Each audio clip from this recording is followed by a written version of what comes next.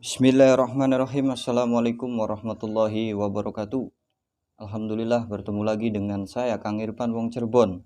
Wong bodoh, wong akeh salah, wong akeh khilafe. Aduh, ke dosa lah. Memang dosa itu punya Gusti Allah, cuman saya ini orang yang gemar berbuat dosa. Wis akeh dosa, saya merasa itu sering.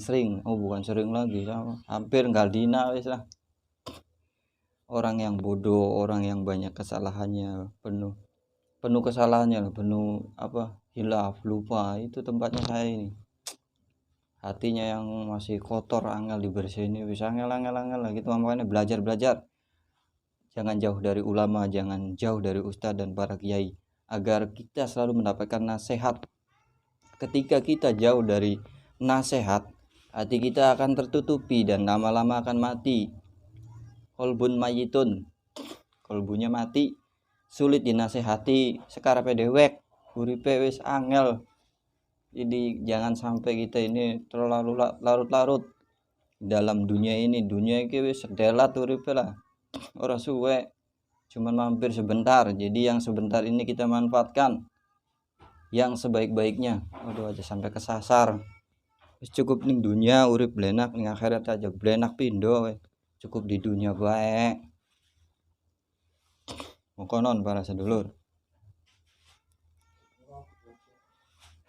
Bercerita, pernah suatu hari ini saya semuanya ceritakan dulu, semua atas kehendak izin Gusti Allah. Saya pun tidak merasa melakukan itu semua, karena saya seyakinnya itu semua atas pertolongan Gusti Allah, bukan saya yang melakukannya. Suatu hari ada seorang yang terkena gangguan gaib, yang lebih lazim atau biasa umum dibilang santet. Itu seorang perempuan. Seorang perempuan ini itu terkena gangguan jin, ternyata lagi disantet. Nah, ternyata bukan satu ataupun dua jin yang sedang menyakiti seorang perempuan ini. Hampir satu keluarganya tersugesti karena suasananya lagi tidak baik-baik saja. Jadi satu keluarga ini menangis histeris karena melihat, ya memang ini kan perempuan seorang ibu, anak-anaknya ini nangis semua. Di antara anak-anak ininya yang nangis, ada seorang anak yang melihat sosok perempuan yang bertubuh menyeramkan. Begitulah kata si anak perempuan ini. Dengan bertunduk ketakutan, anak itu gak mau melihat ke sana sini, tetap terus menunduk karena saking ketakutannya. Wallahu alam. Semua atas kehendak izin Gusti Allah ya. Apa benar atau tidaknya saya tidak tahu. Kata ini pengakuan si anak perempuan ini. Nah, anak yang laki-lakinya ini semuanya pada nangis karena melihat ibunya yang tidak sadarkan diri dan melupakan keluarganya, bahkan lupa pada diri sendiri. Ini ya saya mungkin berpikirnya memang lagi di santet. Nah, sewaktu itu memang si dukunnya ini mungkin sedang lagi ngebul lah istilahnya. Jadi si dukunnya ini lagi memang di sana lagi berinteraksi mungkin dengan makhluk-makhluknya ini. Dan saya yang bodoh, saya yang awam mungkin dalam bidang ilmu begitu, cuman bisa memandang gerak-gerik dan merasakan. Kalau memandang secara langsung mungkin kita tidak bisa. Zaman sekarang mana ada yang bisa melihat jin secara langsung. Kalau memang ada bobodohan. Kalau memang ada, ya mungkin orang yang bisa melihat jin itu terganggu oleh jin. Karena ketika seorang itu bisa melihat jin, dibantu oleh jin, nah orang itu berarti terganggu oleh jin. Begitu, bukan melihat jin sakti. Makanya kita ngaji kepada para ustadz dan para kiai, para ulama, agar kita ini dapat nasihat, dapat ilmu. Bukan ada seorang melihat jin sakti. Aduh, ngaji, belajar. Saya juga ini yang bodoh, yang awam, pengen belajar.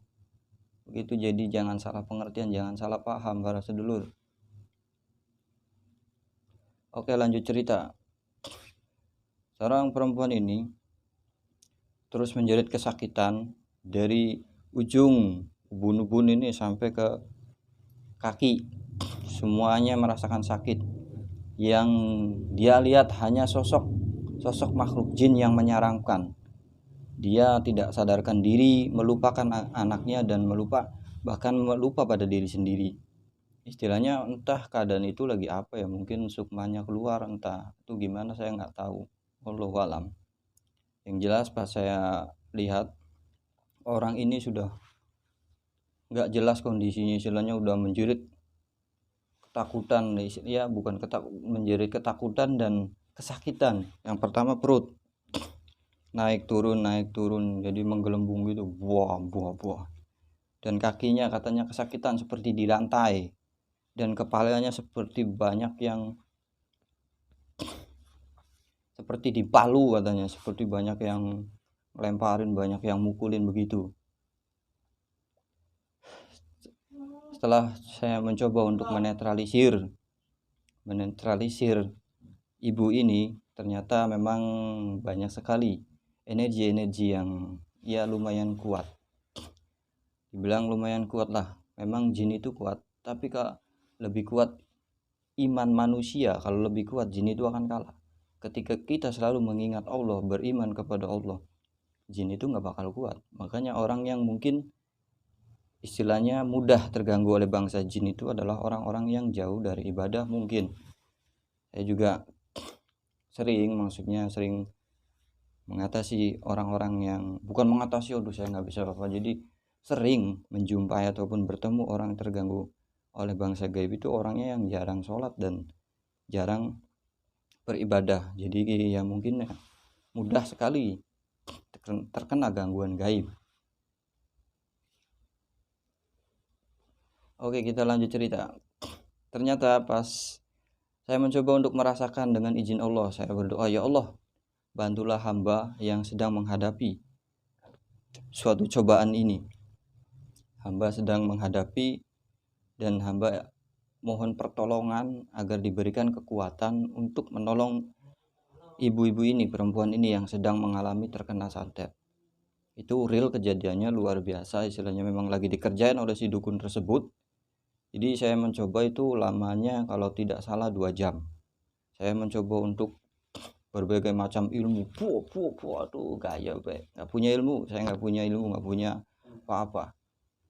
Semua atas izin Allah, atas pertolongan Gusti Allah. Saya lemah, saya bodoh, nggak punya apa-apa. Saya bahkan malu terkadang ketika saya habis melakukan suatu pengobatan yang terganggu jin, terganggu gangguan gaib begitu. Sebenarnya saya malu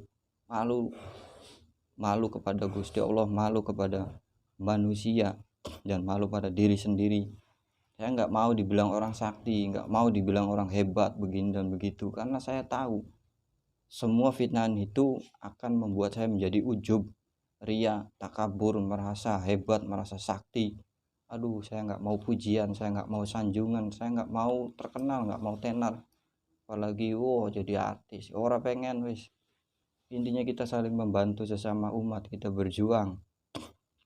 Kalau kita mempunyai kemampuan dan kelebihan yang Allah titipkan kepada kita, kita berjuang. Ayo kita bareng-bareng saling menolong sesama orang, sesama umat yang mungkin terganggu oleh bangsa gaib.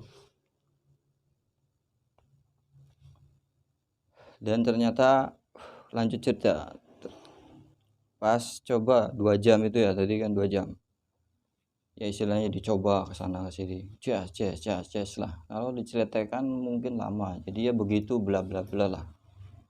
Singkat cerita, setelah dinetralisir, saya ya seperti biasa, kita memang harus berdoa dan sholat sebelum kita melakukan suatu pengobatan terhadap gangguan jin.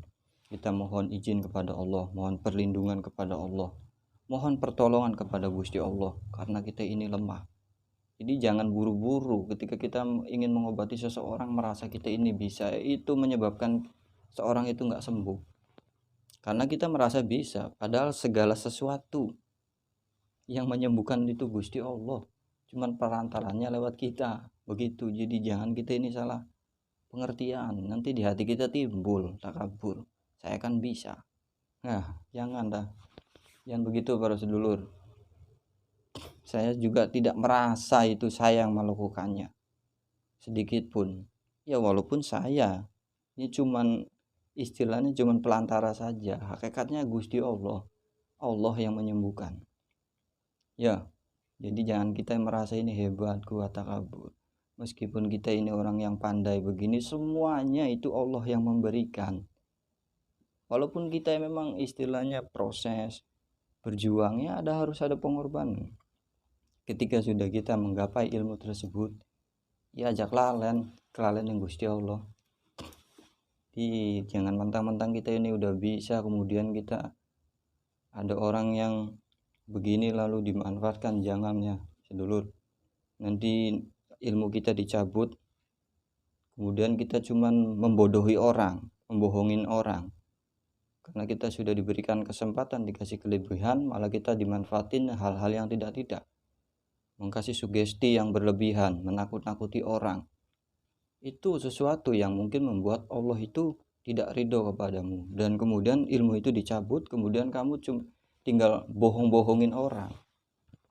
Jadi makanya kita ini hati-hati, hati kita ini harus dibersihkan, karena kita kalau kotor ya mungkin setan akan selalu membisiki kita, saya saja ini yang kotor. Aduh, kalau hati sudah kotor dan susah dinasehati, hati kita akan mati, nanti akan selalu merasa benar sendiri. Kalau sudah selalu merasa benar sendiri, ablasa iblis. Karena iblis itu merasa benar, kan begitu katanya. Ceritanya ketika diciptakannya Nabi Adam, iblis itu nggak mau kan. Ya begitulah mungkin cerita singkatnya. Padahal iblis itu adalah istilahnya ibadahnya luar biasa, yang paling mulia, yang paling top. Tapi kenapa dia diusir? Ya karena mungkin dia merasa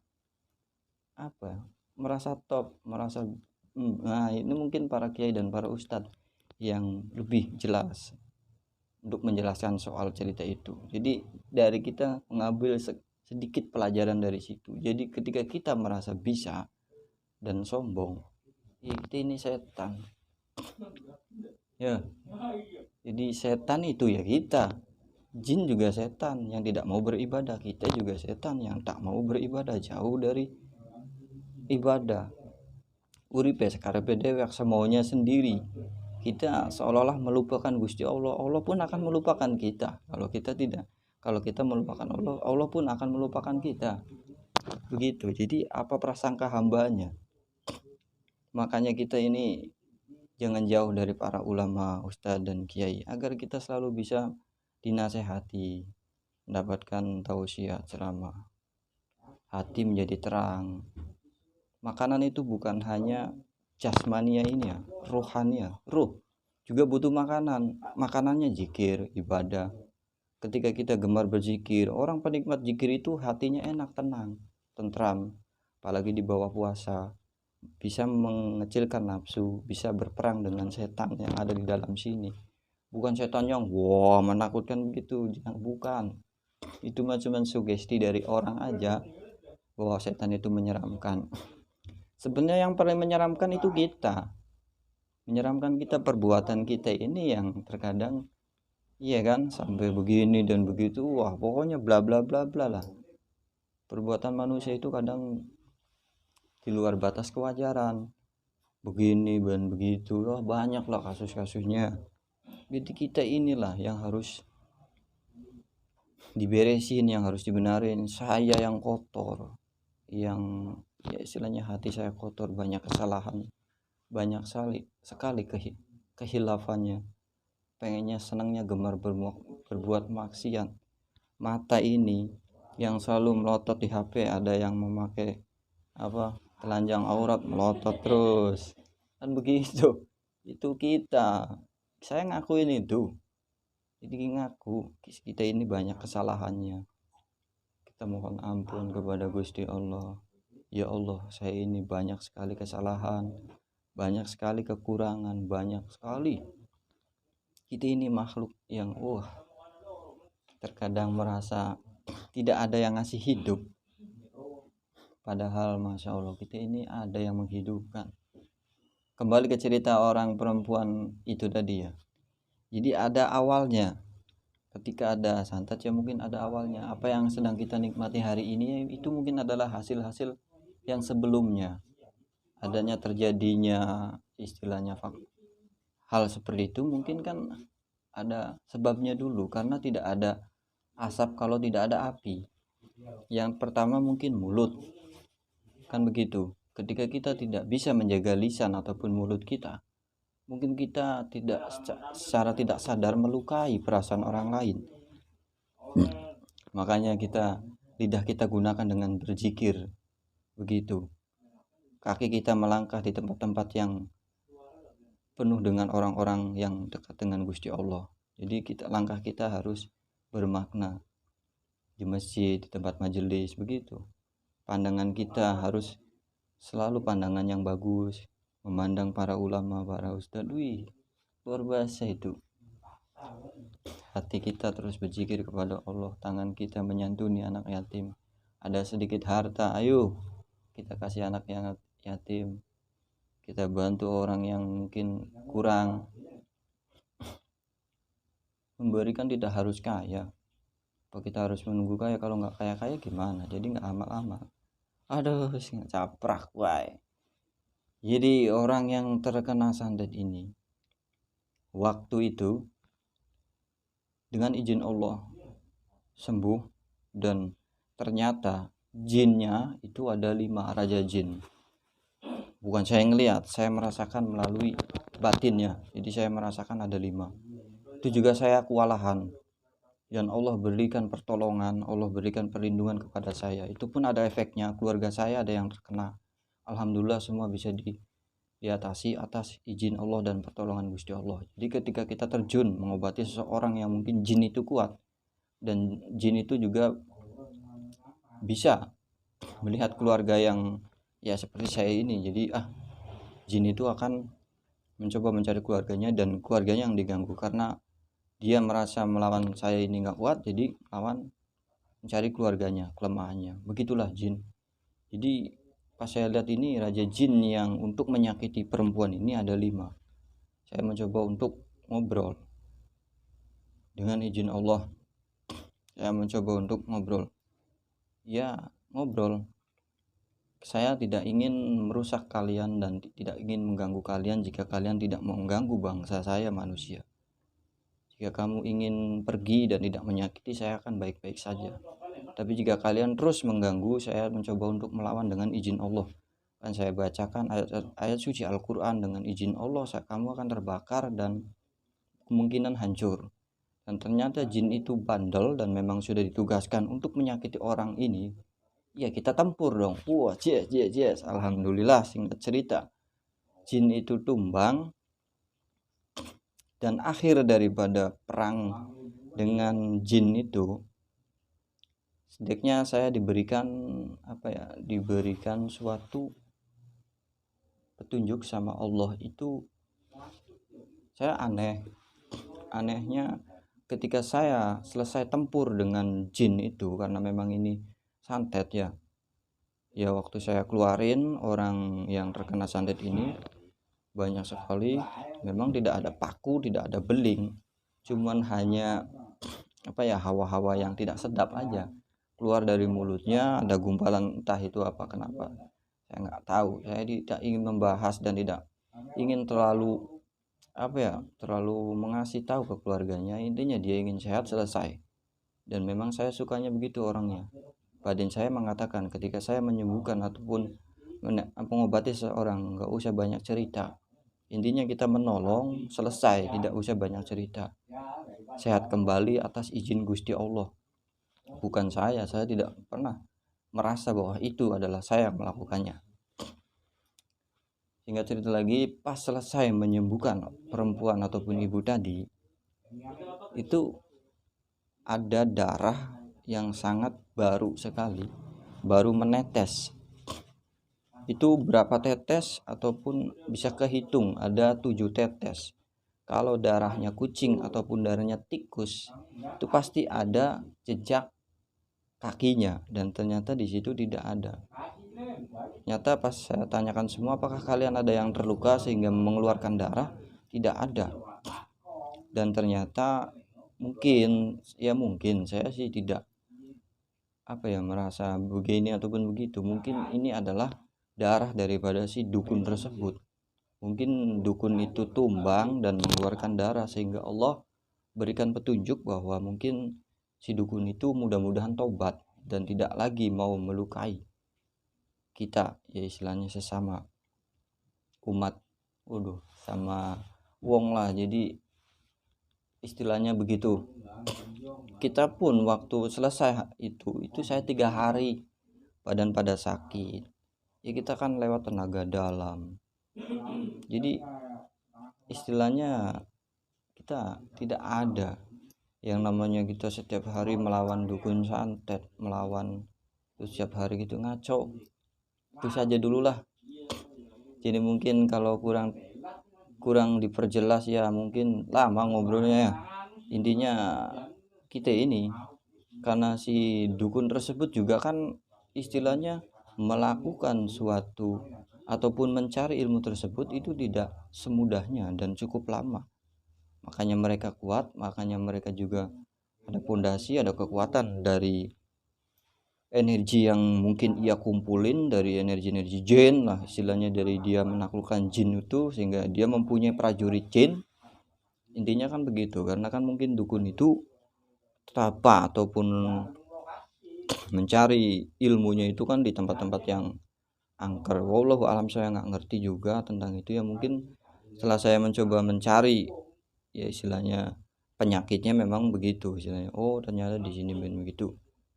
Itulah teman, jadi sahabat sedulur dimanapun Anda berada, ini kita cuma ngobrol-ngobrol aja, nggak pengen istilahnya ngerasa bukan ataupun begini.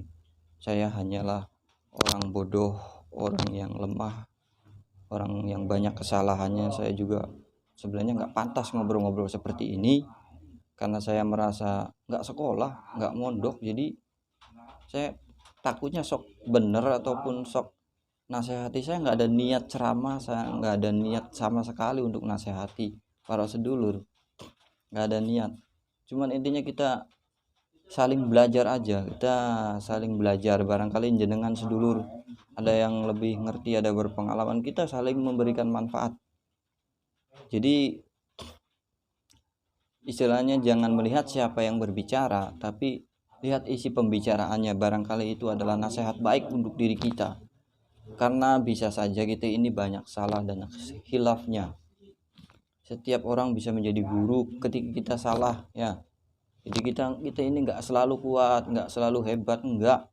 Ada waktunya sakit, waktunya itu lemah, waktunya tua, ada waktunya semua. Siapa yang memiliki waktu? Gusti Allah yang memberikan waktu untuk kita kesempatan hidup. Kurang lebihnya mohon maaf. Nyaluk diampura, mohon maaf yang sebesar-besarnya. Kurang lebihnya mohon maaf lagi lah. Salam dari saya Kang Irfan Wong Cirebon. Assalamualaikum warahmatullahi wabarakatuh.